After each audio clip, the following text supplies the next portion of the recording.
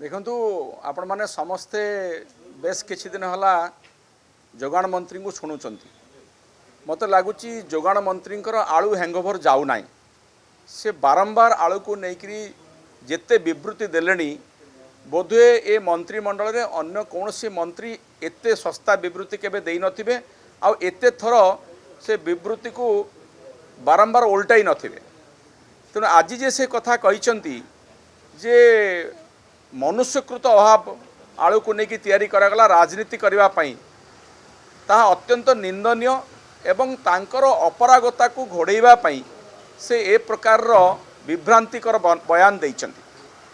आलू आसीबा आरंभ होईची कारण पश्चिम बंग रे आलू व्यवसायी माने धर्मघट करथिले तांको सरकार सहित आलोचना परे से माने राजी हेले ओडिशा को आलू छाड़िबा पई बा अन्य राज्य को जहाँ फल रे जो आलूर संकट सृष्टि होता ताहा धीरे धीरे दूर होउची।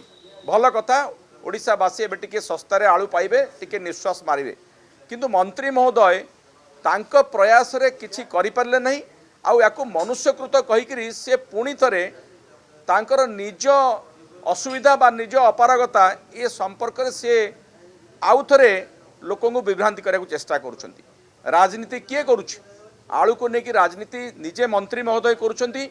से जो बड़ बड़ कथा कही 300 ट्रक उत्तर प्रदेश रू आलू आसीबो ट्रेन रे आलू आसीबो ए कथा तो बारंबार भूल प्रमाणित होइछि।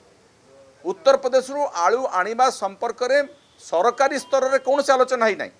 से कहतु जे मु आलोचना करथिली जदि से आलोचना करछंती तो 300 ट्रक आसीबा कथा। जो आलू आपण उत्तर प्रदेश रू अल्प किछि ट्रक आसिला आपण माने समस्त भल कर जानिछंती सेटा व्यवसायी संघ बा व्यवसायी माने जो माने आलू व्यवसायी करंती से मान उद्यम रे आसतिला संकट को किछि परिणाम दूर करबा पई। तेणु मंत्री बयान विभ्रांतिकर मंत्री महोदय पुणी थरे ए प्रकार विभ्रांतिकर बयान न देई आलू संकट भविष्य में केमती सृष्टि न हो से उपर ध्यान दिंतु नले से जेभली भाव में बदनाम हेलेनी तांकर मंत्री पद प्रति संकट सृष्टि हेलानी।